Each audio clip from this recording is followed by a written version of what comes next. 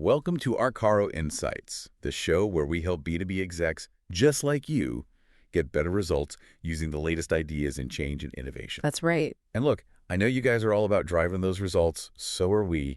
And today we're going to dive deep into something that I know can be a real challenge, especially when you're trying to keep things moving forward. KPIs. Yeah. Key performance indicators. You've all seen them, probably got dashboards full of them. Oh, yeah. But are they actually helping you move forward, or are they just kind of like noise in the system? Right. Sometimes it can feel like you're measuring everything but managing nothing. That's it. And that's actually the perfect segue, because our deep dive today is inspired by an Arkaro article called The KPI Paradox: How Corporate Giants Learned That Measuring Everything Means Managing Nothing. Oh, interesting title. And it really gets to the heart of this idea that while KPIs are obviously crucial for tracking progress, having too many of them, like you were just saying, it can actually derail your strategic focus. Yeah. It can actually hinder your decision-making. Yeah. And we're going to be looking at some real-world examples, some big names. General Electric, Ford, Procter Gamble. Wow, the big leagues. Big time. Mm. And the goal here is to really extract some lessons, right? Some things that you guys can apply directly to your own B2B context.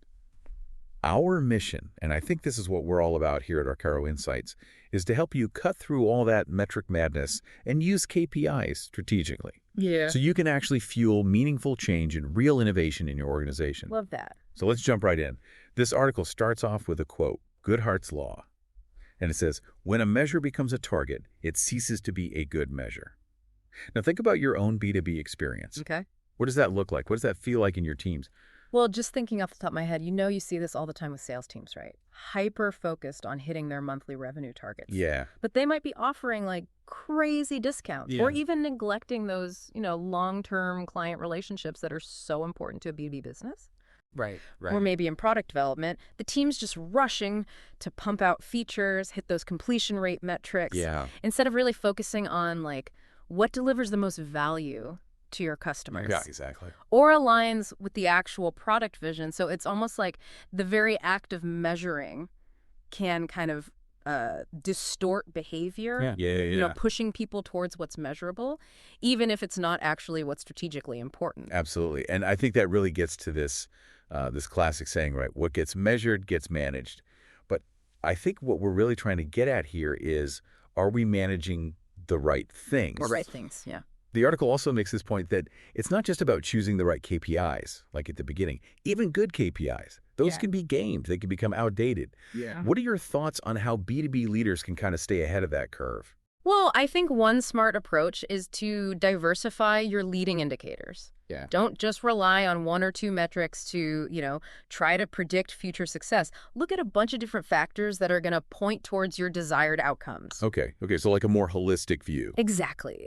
And then regular reviews and updates are, that's non-negotiable. Your market, your strategy, it's always changing. Right. Your KPIs have got to keep up. Right. And I think, it's easy to get caught up in the numbers, but let's not forget about qualitative data. Right. Customer feedback, good market research. Even those like gut feeling conversations you have with your teams, they can give you context, they can give you nuance that you just don't get from pure numbers. That's such a good point. So we've got some initial strategies. Those are good starting points. Yeah. But the article really digs into this problem of scale.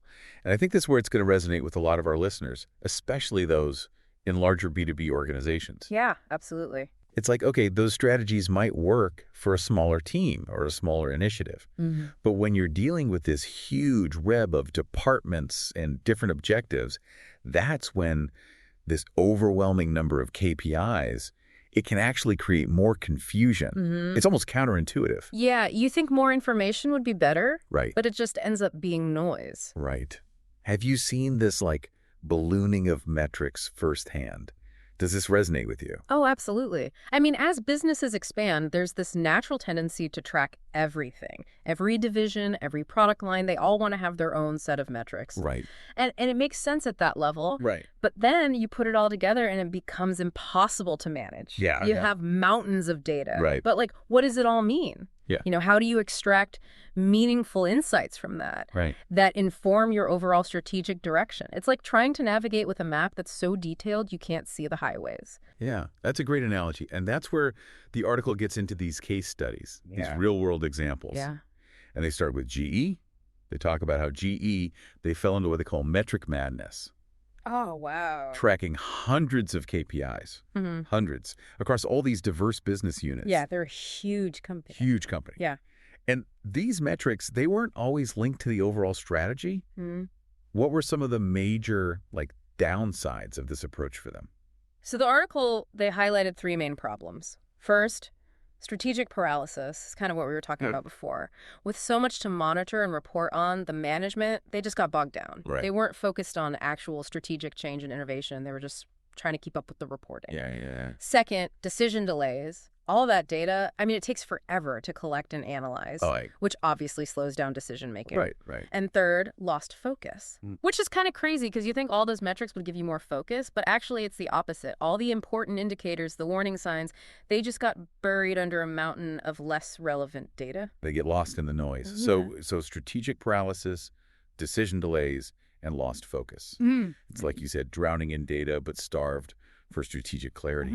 Do you see, for our listeners out there, those large B2B companies, do you see parallels in their own organizations? Oh, absolutely. I've worked with companies where there are entire teams dedicated to just churning out reports. Yeah. But the actual work, the innovation, the adapting to market shifts, it all takes a back seat. It's all about the reporting. Yeah, the energy goes into the measurement, not the action. Not the doing. Yeah, and the more data you have, the bigger the risk of analysis paralysis, Right, you get stuck. Yeah, too much information. So the article then goes into Ford and their KPI disconnect, leading up to the 2008 crisis. Yep. And they had a whole system, right? It was focused on factory output and sales figures.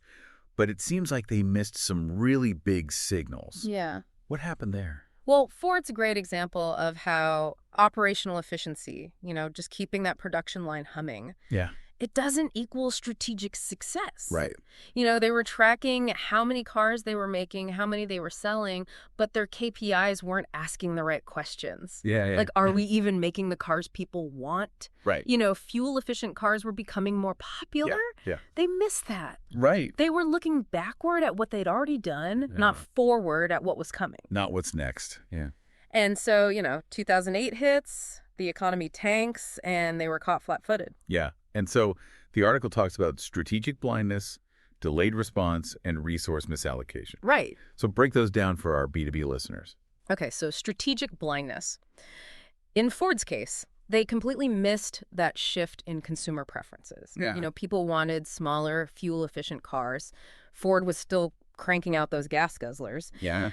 And then, in a B2B context, that could be, you're focusing on selling your existing products, but you're completely missing a shift in what your clients actually need. Right. And then, delayed response.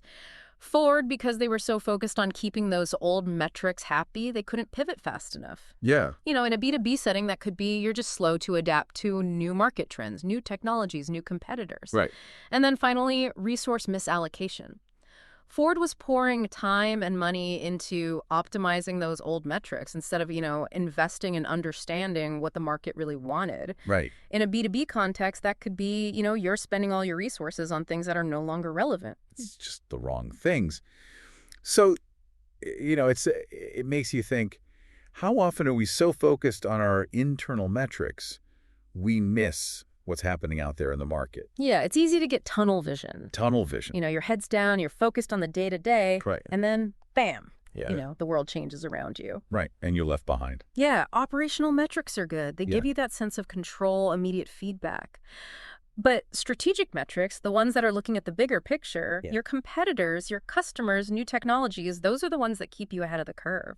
Yeah. If you neglect them, even if your short-term numbers look good, you're basically sailing without a weather forecast. That's a great way to put it. Yeah. All right, the last case study. We've got Procter Gamble. Okay. And their experience with KPI overload. Makes sense. They've got so many brands. So many brands. So they developed this really detailed, this complex web of metrics. But what were some of the downsides of having such an intricate system? Well, the idea was to have a comprehensive view of everything, but it actually ended up obscuring some critical insights. Okay. Individual brand performance, it was being cracked meticulously. Right. But then you try to zoom out, ask those big questions, and the answers just weren't there. Yeah. Like, how are we responding to changing consumer preferences across the whole portfolio? Right. Are we staying ahead of the competition? Right. Is our product portfolio even set up for future growth? You know, it was all just too granular. They couldn't see the forest for the trees. And the article, they talk about decision paralysis, competitive lag, and strategic drift. Right. How did those play out at P&G? Well, decision paralysis, they had so much data, it was hard to figure out what to do. Right. Like, they missed the whole trend of sustainable and ethically sourced products because they were just, like, stuck analyzing all this other stuff. Competitive lag because, you know, they were slow to respond to new trends, new competitors. And strategic drift because, you know, they were putting all their resources into managing this massive system of metrics instead of actually innovating and growing the business. Like the metrics became the business. Yeah. And, you know, it's not just P&G. Right. I see this in B2B companies all the time. You know, individual products might be doing okay. Right. But the company as a whole is missing out on the big picture. Right. So it's like across all three of these corporate giants. Yeah. Same problem. Too many KPIs can actually backfire. Too much of a good thing. Too much of a good thing. So what are the big takeaways here? What should B2B execs, like our listeners, be thinking about? Well, I think the biggest takeaway is your KPIs have got to be directly linked to your overall strategy. If they're not, they're a distraction. Right. Or worse, they're actually holding you back. Yeah. And I think these case studies show how dangerous it can be when those bottom-up operational metrics, you know, the day-to-day stuff, overshadow those top-down strategic priorities. Right. You know, you end up with different parts of your company optimizing for different things. Working against each other. Yeah, and that's not good. So they've got the problems. Right. What these companies do to fix it? What can we learn from their recoveries? Well, they all simplified their KPIs drastically. Okay. GE, under new leadership, they cut way back on the number of metrics. Okay. Focused on the basics like cash flow, operating margin, return on investment. Back to basics. Yeah, Ford did the same thing. Great. Narrowed it down to just cash flow, market share, and product quality. And how about P&G? P&G streamlined their metrics too, focused on market share growth, profitability, and innovation. So all three of them, they actually started measuring less? Yeah. And that helped them manage better. It's about focus. When you identify those few metrics that really matter, Yeah. the ones that actually reflect your progress toward your goals, that's when you can really concentrate your energy and resources where they'll have the biggest impact. You cut through the noise, you can make decisions faster. Quality over quantity. Oh, exactly. So the article goes back to this idea of ballooning choices in metrics. Yeah. And it's like, as businesses grow, they get more complex. Right. The gap between what really matters strategically and what we can easily measure, it gets wider and wider. Absolutely. And then we end up with way too many KPIs. And we end up right back where we started. Back to square one. Measuring everything, managing nothing. Exactly. So they argue that for these complex change initiatives, B2B companies especially, we need to shift our focus away from those bottom-up operational metrics and concentrate on those core strategic priorities. What's going to drive the long-term success of the business? Right. It's about thinking bigger. Thinking bigger. You know, lifting your perspective from the day-to-day details and asking, what are the things that are really going to create value for our business? Yeah. What's going to give us a competitive advantage? Right. That's where your KPI efforts should be focused. That reminds me of Goldratt's theory of constraints. Oh, yeah. Where you find that one bottleneck that's holding yeah. everything back, and you focus all your energy on fixing that. Right. So instead of spreading yourself thin across a bunch of different areas, Yeah. you focus on the one thing that's really going to move the needle. The one thing, okay, the article also brings in Pete Campo's emergent approach to strategy. Okay. And he defines strategy as this unifying rule that addresses the bottleneck to achieve your aspiration. Okay.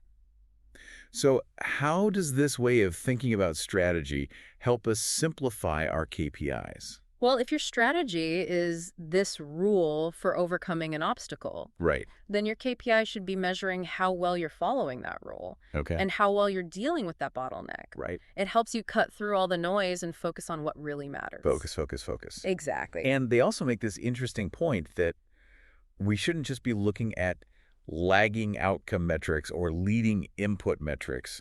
We need KPIs that span this entire strategic framework. Yeah. Right. So break that down for us. Okay, so in addition to those traditional metrics, you've got two other types. Okay. Adherence metrics. Okay. These basically measure whether you're actually doing what you said you were going to do. Okay, like accountability. Yeah, accountability. Okay. So, for example, if your strategy is to enter a new market segment, Yeah. your adherence metric might be the number of qualified leads you generate in that segment. Okay. Okay. And then you've got foundational metrics. These are your reality checks. Okay. They're looking at the core assumptions behind your strategy. Right. So, for example, if you're assuming a certain market growth rate, Right. you need a foundational metric to track that actual growth rate. And if it turns out to be wrong, Then you might need to rethink your whole strategy. yeah. Even if your other metrics look good. Even if you're hitting your targets, those targets might be wrong. Exactly. It's about making sure you're still on the right track. And that is so key, especially for B2B leaders, because the landscape is changing so fast. All the time. So I think to wrap this all up, it's clear the journey from metric overload to strategic clarity to effective execution. Yeah. It's not just about having fewer KPIs. It's about fundamentally changing how we approach measurement. Absolutely. It's about asking those tough questions. Yeah. Do our metrics support our strategic goals? Right. Are we measuring what really matters? Right. And are our KPIs helping us make decisions, or are they holding us back? And I think that's a perfect summary of this whole KPI paradox. Yeah. And the key takeaway from this article is we need to ground our metrics in that clear strategic framework. Right. We need to regularly audit them, make sure they're still relevant, and we need to have the courage to measure less, but measure better. Absolutely. In a world where we're bombarded with data, Right. the real competitive edge is knowing what to measure and when to measure it. So well said.